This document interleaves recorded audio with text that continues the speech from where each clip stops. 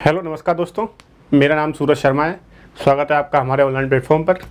आज हमारा जो लेक्चर होने वाला है वो Indian state of forest report 2021 के बारे में होने वाला है। जैसा कि आपको पता होगा कि हर 2 साल में एक रिपोर्ट आती है, इंडियन फॉरेस्ट सर्वे रिपोर्ट। वो रिपोर्ट बाइनियल है, यानी हर 2 साल में एक बार आती है। उस रिपोर्ट को आज हम डिस्कस करेंगे। उसके इंपॉर्टेंट जो फैक्ट हैं जो आने वाले एग्जाम्स के अंदर, वनडे एग्जाम के अंदर आ सकते हैं, जैसे कहाँ पर कितना फॉरेस्ट एरिया बढ़ा, कहाँ पर कम हुआ, कौन से टाइगर रिजर्व में फॉरेस्ट एरिया बढ़ा, कौन से स्टेट में सबसे ज़्यादा बढ़ा। तो ये सब जो फैक्चुअल नॉलेज है, ये सब कोई भी वनडे एग्जाम में इंडिया में आती रहती है, क्योंकि ये गवर्नमेंट ऑफ इंडिया का ऑफिशियल डॉक्यूमेंट होता है। तो इससे रिलेटेड जो है क्वेश्चन आने की प्रोबेबिलिटी काफ़ी ज़्यादा है। जैसा कि आपको पता होगा कि 2021 में रिपोर्ट आई थी लेटेस्ट, और 2023 में रिपोर्ट एंड में आएगी। तो एग्ज़ाम हमारे जो है मई में होने वाला है, प्रीलिम्स, उसके पहले पटवारी का एग्ज़ाम होने वाला है, यूपीएससी का प्री मई में होने वाला है। तो रिपोर्ट से क्वेश्चन आएगा तो 2021 की रिपोर्ट से ही क्वेश्चन आएगा, क्योंकि 2023 वाली जो रिपोर्ट है वो साल के एंड में आएगी। तो उसको अपन जो है बाद में डिस्कस करेंगे। इस साल के एग्जाम्स के लिए यही वाली रिपोर्ट इंपॉर्टेंट है। आपको पता होगा कि इन्वायरमेंट, फॉरेस्ट, इन पर जो है सरकार का काफ़ी ज़्यादा पुश है, काफ़ी ज़्यादा फोकस किया जा रहा है। तो फॉरेस्ट से रिलेटेड क्वेश्चन हर एक एग्जाम में कहीं ना कहीं एक पूछा ही जाता है। तो आपको काफ़ी इंपॉर्टेंट ये रिपोर्ट है। मैं आपको बता दूं कि मैं जो पढ़ा रहा हूं उसकी पीडीएफ आपको हमारे टेलीग्राम चैनल पे मिल जाएगी। तो CMICS करके हमारा एक टेलीग्राम चैनल है, उस पर आप जाइए, उस पर आपको हमारी जो पीडीएफ है वो मिल जाएगी, जिससे कि आप उसको बाद में रिवाइज भी कर सकते हो। तो यहाँ पर मैं आपको जो पढ़ाऊँगा आप उससे फोकस करिएगा, आप उसको नोट डाउन, अपने नोट्स बना लीजिए करिए। मैं आपको बोलता हूँ कि आप मैं जो पढ़ा रहा हूँ उसके नोट्स बना सकते हो, जिससे कि आपको रिवीजन करने में भी और आसानी होगी। पीडीएफ तो आपको मिल ही जाएगी इसकी। तो शुरू करते हैं अपना लेक्चर आज का। मैं आपको इसमें कुछ ऐसे फैक्ट बताऊँगा जो फैक्ट आप एकदम याद रखिएगा। वही एक तरह क्वेश्चन है, एक तरह बता दूंगा मैं आपको क्या क्वेश्चन आ सकता है पेपर में, है ना। तो शुरू करते हैं अपना आज का लेक्चर। देखो, जैसा कि आपको पता होगा कि Indian state of forest survey report पहली बार 1987 में आई। पहली बार कब आई? 1987 में आई पहली बार। तो एक तो आपको याद रखना कि पहली बार कब आई। पहली बार 1987 में आई। तो फर्स्ट रिपोर्ट कब आई? पहली बार आई 1987 में। पहली फैक्ट ये हो गया। दूसरा फैक्ट क्या है इसका? दूसरा फैक्ट ये है कि हर 2 साल में आती है।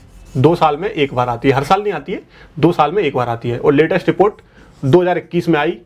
और ये कौन से नंबर की रिपोर्ट थी? ये 17वीं रिपोर्ट थी। 17वीं रिपोर्ट थी फॉरेस्ट सर्वे ऑफ इंडिया की। तो इतने फैक्ट मैंने आपको बताए। पहली बार कब आई? 1987 में आई, हर 2 साल में आती है। और 2021 की जो रिपोर्ट थी वो 17वीं रिपोर्ट थी, 17th रिपोर्ट थी, 17वीं रिपोर्ट। ये याद रखना आप। उसके बाद इसका डाटा है, इस बार क्या हुआ कि अपने देश में जो इसरो की सैटेलाइट्स होती हैं, उन सैटेलाइट से फॉरेस्ट का जो है पूरा डाटा इकट्ठा किया जाता है। उस सैटेलाइट के जरिए डाटा इकट्ठा किया जाता है, उससे ही जो है ये सर्वे बनाया जाता है। और उसमें जो सैटेलाइट यूज़ करी गई थी, आपसे एग्जाम में ये पूछा जाएगा कि कौन सी सैटेलाइट थी जो इसरो की यूज़ करी गई थी, जिससे कि फॉरेस्ट का सर्वे पूरा डाटा लिया गया। उस सैटेलाइट का नाम था Indian remote sensing satellite resource set 2। आप ये एग्जाम का फैक्चुअल क्वेश्चन है, इसका नाम यहाँ पे लिखा हुआ है Indian remote sensing satellite resource set 2। ये एक रिमोट सेंसिंग सैटेलाइट है, इसरो की सैटेलाइट है। इससे जो है पूरे फॉरेस्ट का इंडिया का जो है डाटा लिया जाता है, उससे जो है पूरा सर्वे किया जाता है। अब मैं आपको बताऊं कि इंडिया में फॉरेस्ट की डेफिनेशन क्या है। आपको पता है कि फॉरेस्ट किसे कहते हैं? फॉरेस्ट कहते किसे हैं ये भी तो पता होना चाहिए आपको। फॉरेस्ट कहते किसे हैं? देखो, सरकारी डेफिनेशन, गवर्नमेंट की ऑफिशियल डेफिनेशन के अनुसार बता रहा हूं मैं आपको। कोई भी लैंड जिसका एरिया 1 हेक्टेयर से ज्यादा हो और उसकी ट्री कैनोपी 10% से ज्यादा हो। क्या कैनोपी मतलब? एक ट्री है, मान लो एक ट्री है ये, और इसकी जो कैनोपी है, जो छाया होती है इसकी, वो 10% से ज्यादा है अगर, और उसका एरिया 1 हेक्टेयर से ज्यादा है, तो उसको जो है फॉरेस्ट घोषित कर दिया जाता है। आपको पता होगा कि इंडिया में फॉरेस्ट इस समय इस रिपोर्ट के अनुसार 21.71% इंडिया में फॉरेस्ट है। 2021 के रिपोर्ट के अनुसार 21.71% इंडिया में फॉरेस्ट है, और 2.91% इंडिया में जो है ट्री कवर है। कितना? 2.91%। अब मैं आपको डाटा बताऊं तो आप यहां पर देखिए Indian state of forest survey report के बारे में। देखिए क्या होता है कि इंडिया में कितना फॉरेस्ट है और कितना ट्री कवर है। आपसे क्वेश्चन पहली बात तो यहीं से आता है, डायरेक्ट क्वेश्चन ये आएगा कि इंडिया में टोटल फॉरेस्ट कवर कितना है। तो फॉरेस्ट कवर है 21.71%, और ट्री कवर पूछा जाएगा, ट्री कवर कितना है? ट्री कवर 2.91%, और दोनों को अगर आप ऐड कर दोगे तो 24.62 बन जाएगा। आपसे क्वेश्चन अगर केवल फॉरेस्ट पूछे, केवल फॉरेस्ट कवर, तो आप लिखना 21.71%। अगर आपसे केवल ट्री कवर पूछा जाए इंडिया का, तो ट्री कवर कितना है इंडिया का? 2.91%। अगर आपसे फॉरेस्ट प्लस ट्री पूछ लिया जाए तो 24.62% इसका आंसर होगा। ये तीनों अपने आप में एक एमसीक्यू क्वेश्चन है। इन तीनों एमसीक्यू क्वेश्चन का आंसर मैं आपको बता चुका हूं। ये अपने आप में सबसे अगर फेमस क्वेश्चन अगर इस रिपोर्ट से कोई आएगा तो ये क्वेश्चन आएगा। ये बहुत ही फैक्चुअल क्वेश्चन है जो। इसके बाद इसके बाद इस रिपोर्ट के अनुसार मैंने आपको फॉरेस्ट की डेफिनेशन बताई। क्या डेफिनेशन थी फॉरेस्ट की? एरिया 1 हेक्टेयर से ज़्यादा होना चाहिए और ट्री कैनोपी 10% से ज़्यादा होनी चाहिए, तो उसको क्या कहेंगे? उसको फॉरेस्ट कहेंगे। अपने देश में आपने सुना होगा कि अभी मुगल गार्डन था प्रेसिडेंट हाउस के अंदर, उसका नाम अमृत उद्यान कर दिया गया है, उसको भी फॉरेस्ट में जोड़ा जाता है। आरबीआई की बिल्डिंग है दिल्ली के अंदर, उसके अंदर जो फॉरेस्ट है उसको भी फॉरेस्ट में ऐड कर लिया जाता है। मतलब इंडिया का जो 24.62% आपको दिख रहा है उसमें काफ़ी सारी ऐसी ऐसी चीज़ों को ऐड कर लिया जाता है जो मतलब रेजिडेंशियल बिल्डिंग्स हैं, गवर्नमेंट की ऑफिशियल जो बिल्डिंग्स हैं, जो ऑफिसेस हैं, उसमें भी फॉरेस्ट है, उसको भी ऐड कर लिया जाता है। इसकी वजह से 24.62 हो गया है। आज जब रिकॉर्ड कर रहा हूँ, ये लेक्चर में रिकॉर्ड कर रहा हूँ मार्च 2023 में, आज ही एक द हिंदू में आर्टिकल आया था इसके ऊपर कि जो है इंडिया में कैसे कैसे फॉरेस्ट को बढ़ाया जाता है, गवर्नमेंट ने डाटा में फॉरेस्ट को कितना ज़्यादा बढ़ा दिया है। तो ये क्या है, इसमें पूरी रेजिडेंशियल बिल्डिंग, गवर्नमेंट का जो राष्ट्रपति भवन है उसका फॉरेस्ट भी ऐड कर लिया है ना, आरबीआई की बिल्डिंग का फॉरेस्ट भी ऐड कर लिया, तो फॉरेस्ट ज़्यादा हो ही जाएगा ऑटोमेटिकली, क्योंकि सारा फॉरेस्ट उसमें ऐड कर लिया जाता है। लेकिन एक्चुअल में जो डाटा है उसमें काफ़ी ज़्यादा डिफरेंस हो सकता है। लेकिन एग्जाम के हिसाब से आपको याद रखना है, सीधी बात है, एग्जाम के हिसाब से अगर आए तो 24.62% forest plus tree cover India का है। उसके बाद में आपको थोड़ी सी एक्स्ट्रा नॉलेज दूँ इसके बारे में, तो फॉरेस्ट कवर में क्या है कि इंडिया की एक रिपोर्ट पॉलिसी आई थी, नेशनल फॉरेस्ट पॉलिसी 1988 में आई थी। नेशनल फॉरेस्ट पॉलिसी 1988 में ये कहा गया था कि इंडिया का मिनिमम 33% एरिया जो है फॉरेस्ट कवर होना चाहिए। कितना एनविसाज किया गया था? 33%। लेकिन अभी तक ये कितना हो चुका है? 24.62%। लेकिन एनविसाज कितना किया गया था? 33%। 1988 में किया गया था ये, तब से ये जो है इतना नहीं हो पाया है। तो आप इसको याद रखना, ये मैंने आपको बता दिया नेशनल फॉरेस्ट पॉलिसी 1988 में क्या जो है रखा गया था, विजन क्या था 33% करने का, लेकिन अभी तक इसको हम अचीव नहीं कर पाए हैं। और इस वाले वीडियो में मैं आपको जो है लास्ट में मध्य प्रदेश की रिपोर्ट में जो मध्य प्रदेश का डाटा है ना, मैं उसको भी डिस्कस करूंगा इसी लेक्चर के अंदर, एंड में करूंगा इसको, है ना। तो आप लेक्चर के जो है एंड में देखिए, क्योंकि इसमें मध्य प्रदेश का डाटा भी आएगा, ठीक है। उसके बाद आगे चलूँ मैं, अब मैं आपको बताया कि ट्री कवर कितना था, 2.9% फॉरेस्ट कवर बता दिया, और टोटल फॉरेस्ट कवर कितना है? 7,13,789 स्क्वायर किलोमीटर। ये भी आ सकता है डाटा कि कितना है, 7,13,789 स्क्वायर किलोमीटर। ये डाटा भी आप याद रखना, ये भी एग्जाम ओरिएंटेड डाटा है, ठीक है। ये डाटा आपको याद रखना है, ये डाटा आपको जितने भी हैं टॉप पे, ये सारे के सारे, इतना ये और याद रखना है आपको, ठीक है। ये तीनों डाटा आपके एग्जाम्स के लिए काफ़ी इंपॉर्टेंट है। क्वेश्चन आएगा तो इस पहली स्लाइड से ही क्वेश्चन आने की प्रोबेबिलिटी काफ़ी ज़्यादा है, ठीक है। उसके बाद आगे चलें, उसमें आपको बताया गया है कि सबसे ज़्यादा फॉरेस्ट कहाँ पे बढ़ा है और सबसे ज़्यादा फॉरेस्ट कहाँ पे लॉस हुआ है। आपको जो है अरेंज करने के लिए आ सकता है, आपसे एग्जामिनर पूछ सकता है कि arrange the following in increasing order और arrange the following in decreasing order according to gain और लॉस इन फॉरेस्ट एरिया। तो आपको जैसे बताऊं मैं कि सबसे ज़्यादा गेन जो 5 स्टेट में हुआ है और सबसे ज़्यादा लॉस वो कौन से स्टेट हैं। सबसे ज़्यादा gain Andhra Pradesh, second number पर तेलंगाना, उसके बाद उड़ीसा, उसके बाद कर्नाटका और उसके बाद झारखंड। इन 5 राज्यों ने सबसे ज़्यादा गेन किया है फॉरेस्ट कवर के अंदर, अपने स्टेट के अंदर। इन 5 राज्यों ने किसने सबसे ज़्यादा किया है? आंध्र प्रदेश। आंध्र प्रदेश तो आप याद ही रखिएगा। उसके बाद सबसे ज़्यादा लॉस कहाँ पे हुआ है? अरुणाचल प्रदेश, मणिपुर, नागालैंड, मिजोरम और मेघालय। तो आपको ये भी याद रखना है कि सबसे ज़्यादा लॉस अरुणाचल प्रदेश में हुआ है और सबसे ज़्यादा गेन कहाँ हुआ है? आंध्र प्रदेश में। तो ये भी एक अपने आप में प्रीलिम्स का क्वेश्चन ओवर के आ सकता है। ये डाटा आप याद रखना, ये डाटा इंपॉर्टेंट है काफ़ी, है ना। तो ये सारे डाटा याद रखना आपकी, सबसे ज़्यादा गेन कहाँ हुआ और सबसे ज़्यादा लॉस कहाँ पर हुआ। और ये रिपोर्ट के बारे में बता चुका हूँ मैं आपको, हर 2 साल में आती है। पहली रिपोर्ट 1987 में आई। उसके बाद तो फॉरेस्ट को क्लासीफाई किया जाता है। फॉरेस्ट को कैसे क्लासीफाई किया जाता है? फॉरेस्ट 3 तरह से होता है। एक होता है वेरी डेंस फॉरेस्ट, एक होता है मॉडरेटली डेंस फॉरेस्ट और एक होता है ओपन फॉरेस्ट। अब होता क्या है कि ट्री कैनोपी देखी जाती है, मतलब ट्री है, ट्री के अंदर जो छाया होती है उसकी वो कैनोपी होती है। उस कैनोपी को देख के जो है हम डिसाइड करते हैं कि ट्री मतलब जो फॉरेस्ट है वो वेरी डेंस है, मॉडरेटली डेंस है या फिर ओपन फॉरेस्ट है। अगर ट्री की डेंसिटी 40% 70% होती है, देखो आप इसमें लिखा हुआ है, अगर ट्री की डेंसिटी मॉडरेटली डेंस जो फॉरेस्ट होता है उसमें ट्री की डेंसिटी 40 से लेकर 70% होती है, ठीक है, मॉडरेट डेंस फॉरेस्ट। और वेरी डेंस में क्या होता है? 70% से ऊपर होती है। मतलब 3 क्राइटेरिया हैं, एक 10% से 40%, एक 40% से 70% और एक 70% से ज़्यादा।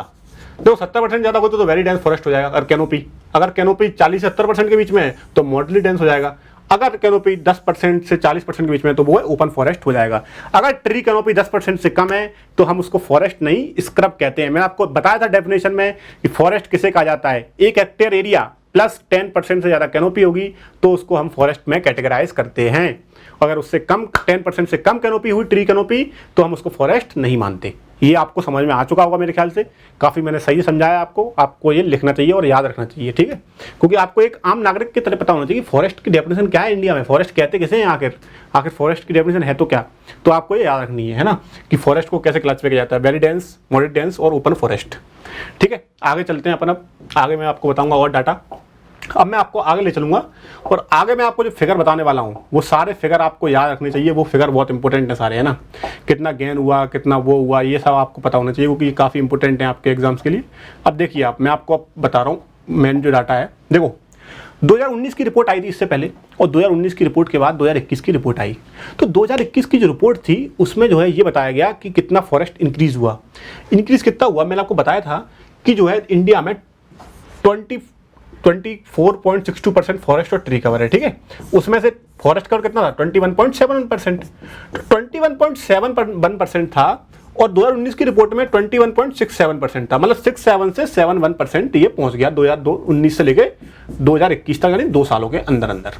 अब 2021 की रिपोर्ट में बताया गया कि टोटल फॉरेस्ट एरिया इंडिया का 1540 स्क्वायर किलोमीटर बढ़ गया है। अगर आपसे एमसीक्यू आएगा तो ये पूछा जाएगा कि 2019 से लेकर 2021 तक इंडिया का फॉरेस्ट कवर कितना बढ़ गया है, कितना बढ़ गया है 1540 स्क्वायर किलोमीटर, कितने से 21.67% से 21.71% इंडिया का फॉरेस्ट कवर हो गया है। और ट्री कवर कितना था 2.91% और ट्री प्लस फॉरेस्ट को मिला दिया जाए तो 25.62% हो जाएगा ये, है ना। तो इसको आप याद रखना 1540 स्क्वायर किलोमीटर बढ़ गया है। उसके बाद बता चुका हूं मैं आपको 2019 की रिपोर्ट में क्या बोला था 21.67 और अब कितना हो गया 21.71%। सबसे ज्यादा फॉरेस्ट कवर कहां पे मिलता है 5 राज्य, ये 5 राज्य आपको याद रखने हैं। मध्य प्रदेश टॉप में आ रहा है, तो मध्य प्रदेश पता है आपको, मध्य प्रदेश में इंडिया का 10.8% फॉरेस्ट मिलता है। ओनली ऑन मध्य प्रदेश में इंडिया का 10.8% फॉरेस्ट तो मध्य प्रदेश में पाया जाता है, ठीक है। तो याद रखना आप सबसे ज्यादा फॉरेस्ट इंडिया में मध्य प्रदेश, उसके बाद अरुणाचल प्रदेश, उसके बाद छत्तीसगढ़, उसके बाद उड़ीसा और उसके बाद महाराष्ट्र, है ना। तो ये आपको याद रखने सारे पांचों के पांचों का इसका जो क्रम बता रहा हूं मैं, ये जो इसका जो सीक्वेंस है ये काफी इंपॉर्टेंट है और इस सीक्वेंस को आप याद रखिएगा। मध्य प्रदेश, अरुणाचल प्रदेश, छत्तीसगढ़, उड़ीसा और महाराष्ट्र, सबसे ज्यादा फॉरेस्ट इन 5 राज्यों में ही इंडिया में पाया जाता है।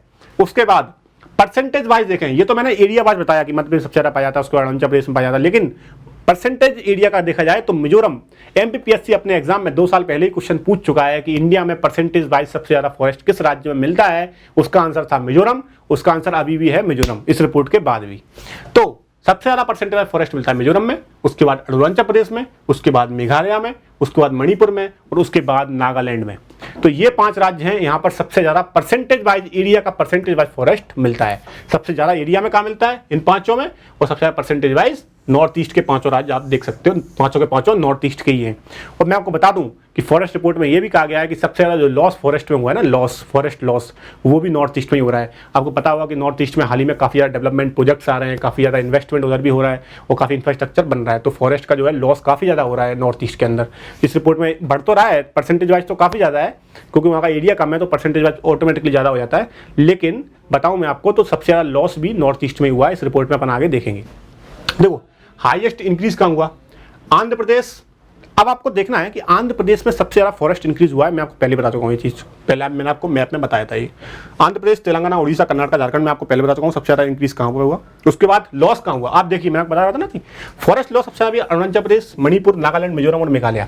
सबसे ज्यादा फॉरेस्ट लॉस जो 5 राज्यों में हुआ है वो 5 के 5 नॉर्थ ईस्ट के राज्य हैं। और परसेंटेज वाइज सबसे ज्यादा कहाँ है, परसेंटेज वाइज सबसे ज्यादा भी नॉर्थ ईस्ट में ही है। और सबसे ज्यादा लॉस भी याद रखना आप, एक ये मतलब एक ऐसे याद रखो आप ट्रिक से, नॉर्थ ईस्ट में सबसे ज्यादा लॉस फॉरेस्ट का हुआ है। तो 5 के 5 राज्य जो है नॉर्थ ईस्ट के ही है और उसमें सबसे ज्यादा लॉस अरुणाचल प्रदेश में हुआ है, ठीक है। आप इसको याद रखिएगा, ये डाटा इंपॉर्टेंट है पूरे के पूरे जितने मैंने आपको बताए। उसके बाद देखो टाइगर रिजर्व का इस बार की रिपोर्ट में एक एडिशन किया गया। इस बार की रिपोर्ट में टाइगर रिजर्व को स्पेशली एनालाइज किया गया। पहले क्या होता था, पहले रिपोर्ट आती थी 2019 तक, उसमें टाइगर रिजर्व का डाटा अलग से नहीं आता था। लेकिन इस रिपोर्ट में जो है टाइगर रिजर्व का डाटा भी अलग से ऐड किया गया है। तो आपको बता रहा हूँ किस टाइगर रिजर्व में सबसे ज्यादा जो है ऐड हुआ है फॉरेस्ट, किस में कम हुआ है बताता हूँ मैं आपको, है ना। सबसे ज्यादा टाइगर रिजर्व मध्य प्रदेश और महाराष्ट्र में मिलते हैं, 6 मिलते हैं, ठीक है। ये याद रखना, पहला डाटा तो यही है। उसके बाद सबसे बड़ा इंडिया का टाइगर रिजर्व कौन सा है और सबसे छोटा कौन सा है, मैं आपको ये बता रहा हूँ। सबसे बड़ा इंडिया का टाइगर रिजर्व कौन सा है, नागार्जुन सागर सरिसलम, देखो यूपीएससी ने अपने एग्जाम में 2018 के एग्जाम में पूछा था कि इंडिया में सबसे ज़्यादा क्रिटिकल हैबिटेट टाइगर रिजर्व में कौन से टाइगर रिजर्व में है, तो उसका आंसर था नागार्जुन सागर सरीसैलम आंध्र प्रदेश में। ये बहुत ही इंपॉर्टेंट है, इंडिया का लार्जेस्ट टाइगर रिजर्व है, largest tiger reserve of India पूछा जाए कभी। एमपीपीएससी भी हर एक साल एक क्वेश्चन पूछता है टाइगर रिजर्व नेशनल पार्क से, तो आपको ये याद रखना है। अभी एमपीपीएससी अगली साल क्या पूछ लीजिए कि इंडिया का सबसे बड़ा टाइगर रिजर्व कौन सा है। उसके बाद आता है मानस आसाम में, उसके बाद इंद्रावती छत्तीसगढ़ में। ये इंडिया के लार्जेस्ट 3 टाइगर रिजर्व हैं। और सबसे छोटा टाइगर रिजर्व कौन सा है? Orang national park. Orang national park या फिर औरंग टाइगर रिजर्व आसाम में है। इसका नाम राजीव गांधी भी है, फिलहाल ही में इसका नाम चेंज किया गया है। तो औरंग याद रखना आप, औरंग में सबसे छोटा नेशनल पार्क, सबसे छोटा टाइगर रिजर्व है ये, सबसे छोटा टाइगर रिजर्व, नेशनल पार्क नहीं टाइगर रिजर्व, ठीक है। और टाइगर सबसे ज़्यादा कहाँ मिलते हैं? जिम कॉर्बेट, नागरहोल और बांदीपुर। देखो इंडिया का पहला नेशनल पार्क और इंडिया का पहला टाइगर रिजर्व जिम कॉर्बेट ही है। जिम कॉर्बेट नेशनल पार्क 1936 के अंदर बना था, और जिम कॉर्बेट नेशनल पार्क 1936 में बनने के बाद जब प्रोजेक्ट टाइगर जब लॉन्च किया गया इंडिया में 1973 के अंदर, तो 1973 में पहला टाइगर रिजर्व इंडिया का जिम कॉर्बेट को ही घोषित किया गया था। किसके अंदर? प्रोजेक्ट टाइगर के अंदर। और father of project tiger India में कैसे कहा जाता है? कैलाश सांखलिया को। ये भी आप याद रखना कि father of project tiger India में कैलाश सांखलिया जी को कहा जाता है। और प्रोजेक्ट टाइगर लॉन्च कब हुआ था? 1973 के अंदर लॉन्च हुआ था। और पहला जो टाइगर रिजर्व, जो मतलब टाइगर रिजर्व घोषित किया गया इस प्रोजेक्ट के अंदर, उसका नाम था जिम कॉर्बेट, ठीक है। और नागरहोल और बांदीपुर, ये जो है तीनों जो है सबसे ज्यादा टाइगर इसमें मिलते हैं। नागरहोल और बांदीपुर दोनों कर्नाटका के अंदर हैं। 3 टाइगर रिजर्व ऐसे हैं जहां पे कोई टाइगर ही नहीं मिला इंडिया में।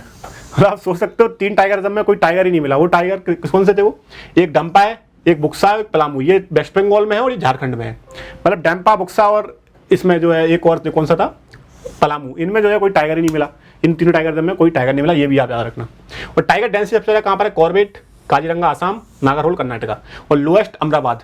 अमराबाद टाइगर रिजर्व के बारे में बहुत कम लोगों को पता होगा, क्योंकि बाकी सब आपने सुने हुए, काजीरंगा आसाम में सबको पता है, लेकिन अमराबाद टाइगर रिजर्व तेलंगाना में है। ये भी आ सकता है कई मैच कॉलम में कि अमराबाद टाइगर रिजर्व किस स्टेट में है, तो अमराबाद टाइगर रिजर्व तेलंगाना में है, ये भी याद रखिएगा आप, ठीक है। उसका डिकेटल चेंज इन फॉरेस्ट का बारे में पूछ लिया, गेन किसमें हुआ है? देखो बुक्सा में काफी ज्यादा फॉरेस्ट गेन हुआ है। बुक्सा कहां पर है? वेस्ट बंगाल में। अन्नामलाई केरला में, इंद्रावती छत्तीसगढ़ में, इनमें जो है फॉरेस्ट गेन हुआ है। और लॉस हुआ है कवल, भद्रा और सुंदरवन। देखो कवल तेलंगाना में है, भद्रा कर्नाटका में, सुंदरवन कहां पर है? वेस्ट बंगाल में। पता होगा आपको रॉयल बंगाल टाइगर के बारे में, कितना फेमस है रॉयल बंगाल टाइगर, तो सुंदरवन के बारे में याद रखना। तो मैंने आपको टाइगर रिजर्व के बारे में बताया, कौन सा टाइगर रिजर्व बड़ा है, कौन सा टाइगर रिजर्व छोटा है, कौन सा टाइगर रिजर्व में फॉरेस्ट गेन हुआ है, कौन सा टाइगर रिजर्व में फॉरेस्ट लॉस हुआ है, ठीक है। ये सारे डाटा आप याद रखना। ये सारे डाटा अगर आपने याद कर लिए तो आपका 2 नंबर आपके जो है पक्के हो जाएंगे इसकी वजह से, ठीक है। उसके बाद एक डाटा बैम्बू के बारे में है, बांस के बारे में, बैम्बू रिसोर्सेज के बारे में आपको बताऊं मैं। बैम्बू सबसे ज़्यादा जो है आसाम में नहीं, कहाँ मिलता है? मध्य प्रदेश में। सबसे ज़्यादा बैम्बू इंडिया में मध्य प्रदेश में मिलता है। मध्य प्रदेश में इंडिया का लार्जेस्ट बैम्बू बियरिंग एरिया है, परसेंटेज वाइज भी और एरिया वाइज भी। तो मध्य प्रदेश पीएससी का एग्जाम अगर आप दे रहे हो प्रीलिम्स का, तो आपको ऑटोमेटिकली पता होना चाहिए कि मध्य प्रदेश में सबसे ज़्यादा बैम्बू एरिया पाया जाता है, क्योंकि अभी तक बैम्बू के बारे में क्वेश्चन मध्य प्रदेश पीएससी ने पूछा ही नहीं है। वो कभी भी पूछ सकता है कि मध्य प्रदेश में सबसे ज़्यादा बैम्बू पाया जाता है, तो इसके बारे में आपको पता होना चाहिए, ठीक है। तो आपको बताऊं मैं 2019 की रिपोर्ट के अनुसार टोटल बैम्बू बियरिंग एरिया जो कंट्री का है वो कितना है? 1.06 मिलियन हेक्टेयर, ठीक है, याद रखना आप। बैम्बू बियरिंग एरिया में टॉप पे मध्य प्रदेश आता है, सेकंड पे अरुणाचल प्रदेश, थर्ड पे महाराष्ट्र और फोर्थ पे आता है अपना उड़ीसा।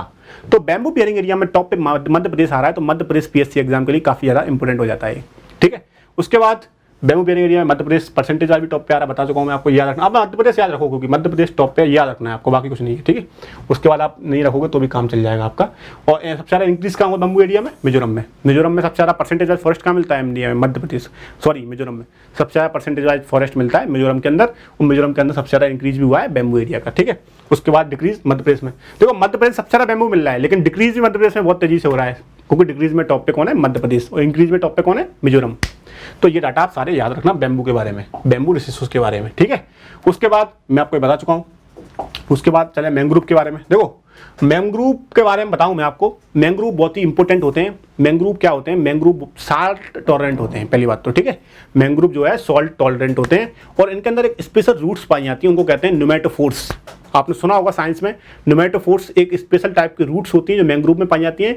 मैंग्रोव अपन को जो है सॉल्ट टॉलरेंट होते हैं, और साइक्लोन से फाइट करने के लिए, और काफी ज्यादा इनका जो है कार्बन स्टॉक बहुत ज्यादा होता है। मतलब नेचुरल फॉरेस्ट जितना कार्बन एब्जॉर्ब करते हैं ना, उसका 4 से 5 गुना ज्यादा मैंग्रोव करते हैं। तो क्लाइमेट चेंज से फाइट करने के लिए, क्लाइमेट मिटिगेशन के लिए, क्लाइमेट अडेप्टेशन के लिए मैंग्रोव रिसोर्सेज काफी ज्यादा इंपॉर्टेंट हो जाते हैं। इसलिए जो है अपने इंडिया में दुनिया के लार्जेस्ट मैंग्रोव पाए जाते हैं सुंदरबन में। सुंदरबन वेस्ट बंगाल में इंडिया के लार्जेस्ट मैंग्रोव भी पाए जाते हैं। वहां पर एक नेशनल पार्क भी, सुंदरबन नेशनल पार्क आपको पढ़ा था अभी मैंने, है ना। तो मैंग्रोव एरिया बताऊं मैं आपको कि सबसे ज्यादा मैंग्रोव एशिया में मिलते हैं, उसके बाद अफ्रीका में, उसके बाद नॉर्थ एंड सेंट्रल अमेरिका में, उसके बाद साउथ अमेरिका में। तो याद रखना सबसे ज्यादा मैंग्रोव एशिया में। और सबसे ज्यादा मैंग्रोव किस देश से मिलते हैं आपको पता है क्या? सबसे ज्यादा मैंग्रोव मिलते हैं इंडोनेशिया में। मतलब अचंभा लगेगा आपको, बहुत कम लोगों को ये नॉलेज होगी कि सबसे ज्यादा मैंग्रोव किस देश में मिलते हैं। सबसे ज्यादा मैंग्रोव मिलते हैं इंडोनेशिया में और सेकंड नंबर पे आता है ब्राजील। इसमें लिखा होगा नहीं, ये लिखा देखो, मैंग्रोव एरिया सबसे ज्यादा इंडोनेशिया में है दुनिया का 90% मैंग्रोव इंडोनेशिया में, सेकंड नंबर पे 9% ब्राजील में, उसके बाद नाइजीरिया में, उसके बाद मैक्सिको में। तो आप याद रखना कि सबसे ज्यादा मैंग्रोव इंडोनेशिया में, उसके बाद ब्राजील में। ये फैक्ट बहुत कम लोगों को पता होगा, आप याद रखना इसको। उसके बाद मैंग्रोव कवर इंडिया में 0.15% है कंट्री के ज्योग्राफिकल एरिया का।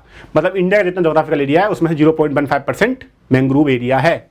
उसके बाद 2021 में देखें, देखो यूपीएससी ने पिछले 2 साल पहले क्वेश्चन पूछा था कि एक स्टेटमेंट आया था क्वेश्चन के अंदर कि मैंग्रोव एरिया इंडिया में जो इन मैंग्रोव एरिया है वो डिक्रीज हो रहा है। लेकिन नहीं, इंडिया में मैंग्रोव एरिया बढ़ रहा है, लेकिन बहुत कम रेट से बढ़ रहा है, बहुत ही कम बढ़ रहा है, मिनिमल बढ़ रहा है, लेकिन बढ़ तो जरूर रहा है। क्योंकि स्टेटमेंट वो गलत हो गया था, क्योंकि इंडिया में मैंग्रोव एरिया बढ़ रहा है। तो कितना बढ़ रहा है देखो, बहुत कम बढ़ रहा है। देखो इंक्रीज कितना हुआ, 2019 की रिपोर्ट आई थी, उससे लेकर 2021 में केवल 17 square kilometre, only on 17 square kilometre mangrove area India में बढ़ा है। लेकिन आपको याद रखना है कि इंडिया में मैंग्रोव एरिया बढ़ रहा है, लेकिन बहुत कम बढ़ रहा है, याद रखो आप, ठीक है। मैंग्रोव के बारे में मैंने आपको सारा बता दिया। मैंग्रोव इंडिया में कहाँ मिलता है? वेस्ट बंगाल में मिलता है, कच्छ, गल्फ ऑफ कच्छ में मिलता है इंडिया में मैंग्रोव, गल्फ ऑफ मन्नार में मिल जाते हैं मैंग्रोव, है ना। आपको भितरकनिका मैंग्रोव के बारे में पता होगा, उड़ीसा में भितरकनिका मैंग्रोव मिलते हैं। तो ये सारे जो है मैंग्रोव के बारे में भी आपको इंडिया ज्योग्राफी के हिसाब से पता होना चाहिए, क्योंकि इंडिया की ज्योग्राफी के क्वेश्चन आते हैं प्रीलिम्स में, तो आ सकता है क्वेश्चन भी, है ना। तो मैंग्रोव के बारे में मैंने आपको बता दिया पूरा, इंडिया में कहाँ मिलते हैं और इंडिया में और दुनिया में क्या स्थिति है मैंग्रोव्स की। अब आते हैं मध्य प्रदेश के फॉरेस्ट सर्वे रिपोर्ट के ऊपर। देखो मध्य प्रदेश का डाटा और मध्य प्रदेश पीएससी के हिसाब से बहुत ही ज़्यादा इंपॉर्टेंट है। और मध्य प्रदेश का ये जो क्वेश्चन मैं आपको बताऊंगा यहाँ पर बहुत ही इंपॉर्टेंट डाटा है। मध्य प्रदेश से हर साल एक प्री में क्वेश्चन इससे आने आना है, और आने वाले पटवारी एग्जाम में भी ये क्वेश्चन आने की प्रोबेबिलिटी काफ़ी ज़्यादा है, इसलिए आप इसको याद रखिएगा। अब मैं आपको बताऊँ, देखो मध्य प्रदेश में आपको मैं कुछ डाटा दूंगा। 2021 की रिपोर्ट आई फॉरेस्ट सर्वे की, ठीक है, उसमें आपको मैं डाटा दे रहा हूँ आप यहाँ पर, और आप यहाँ पर देखिए एकदम फोकस से। देखो मध्य प्रदेश में इंडिया का पहली बात तो 10.8% फॉरेस्ट इंडिया का कहाँ मिलता है? मध्य प्रदेश में मिलता है, ठीक है, याद हो गया। 2021 की रिपोर्ट के अनुसार मध्य प्रदेश में कितना फॉरेस्ट एरिया है? मध्य प्रदेश में फॉरेस्ट एरिया कितना है ये आपको याद रखना है, 7,74,92, ठीक है, 77492.60 स्क्वायर किलोमीटर। ये जो आपको याद रखना है कि मध्य प्रदेश में इंडिया का कितना फॉरेस्ट मिलता है, तो आपको यहाँ रिपोर्ट में लिखा होगा 77492.60 वर्ग kilometre one India Madhya Pradesh में पाए जाते हैं। उसके बाद मध्य प्रदेश में कितने एरिया में वन पाए जाते हैं? 25.14%, ठीक है। अब मैं आपको पढ़ाऊंगा मध्य प्रदेश की फॉरेस्ट सर्वे रिपोर्ट का डाटा। मध्य प्रदेश में फॉरेस्ट सर्वे में जो डाटा आया है बहुत ही इंपॉर्टेंट है, क्योंकि Madhya Pradesh public service commission हर साल एक क्वेश्चन इस रिपोर्ट से रिलेटेड पूछ लेता है एग्जाम के अंदर। तो अपन शुरू करते हैं। तो मध्य प्रदेश में टोटल ज्योग्राफिकल एरिया जितना भी मध्य प्रदेश का है, उस ज्योग्राफिकल एरिया में से 25.14% जो है फॉरेस्ट मिलता है मध्य प्रदेश के टोटल ज्योग्राफिकल एरिया का। ये इस रिपोर्ट में बताया गया 2021 की रिपोर्ट में, ठीक है। और मध्य प्रदेश में टोटल फॉरेस्ट एरिया कितना है? 77492.60 square kilometre. Madhya Pradesh PSC को डाटा काफी ज्यादा पसंद है, और ये डाटा आपको याद ही करना पड़ेगा, इसका कोई रिप्लेसमेंट नहीं है। 70,492 किलोमीटर आप याद रखिए, 490 याद रख सकते हो अप्रॉक्स में, 77,000 याद रखिएगा। तो आपका जो है क्वेश्चन अगर ऑप्शन में आएगा तो आप याद करके सही कर सकते हो इसको, ठीक है, याद रखना आप। और मध्य प्रदेश में इंडिया का 10.8% फॉरेस्ट मिलता है। कितना मिलता है? इंडिया का 10.8% फॉरेस्ट मध्य प्रदेश में मिलता है। कहां पर? मध्य प्रदेश में। ये डाटा आप याद रखना। ये डाटा भी आ सकता है कि मध्य प्रदेश में इंडिया कितना % फॉरेस्ट मिलता है, ये आप याद रखना, ठीक है। उसके बाद आगे चलें, मैं आपको बताऊंगा कि मध्य प्रदेश में टॉप 5 जिले कौन से हैं जिनमें फॉरेस्ट मिलता है। टॉप 5 जो है सबसे कम कहां मिलता है? देखो सबसे ज्यादा फॉरेस्ट मध्य प्रदेश में बालाघाट में मिलता है। बालाघाट जिला मध्य प्रदेश का जो है सबसे आपको पता होगा सदर्न मोस्ट में है, साउथ ईस्ट में मिलता है जिला।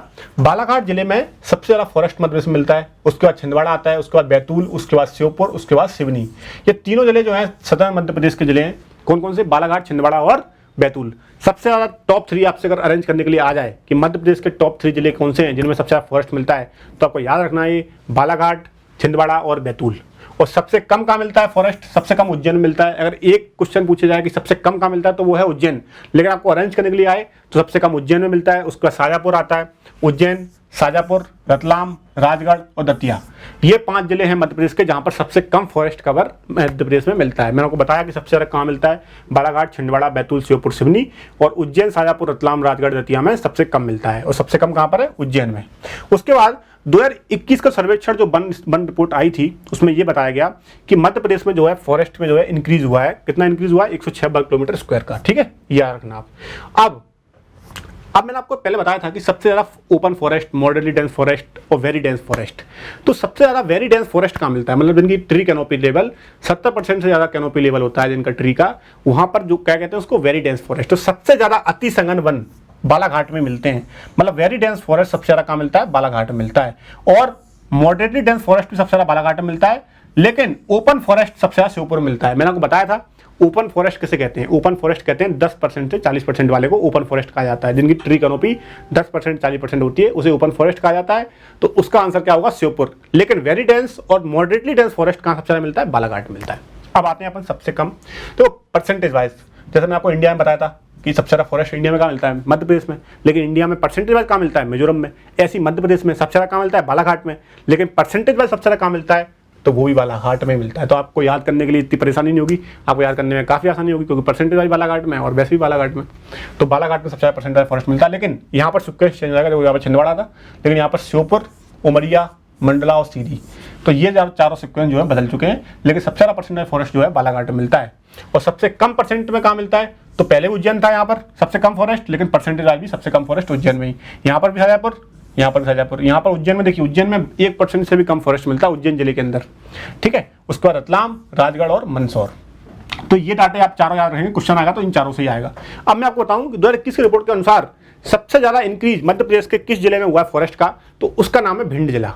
मध्य प्रदेश के भिंड जिले में सबसे ज्यादा फॉरेस्ट कवर का इंक्रीज हुआ है। किसकी रिपोर्ट के अनुसार? 2021 की फॉरेस्ट सर्वे रिपोर्ट के अनुसार।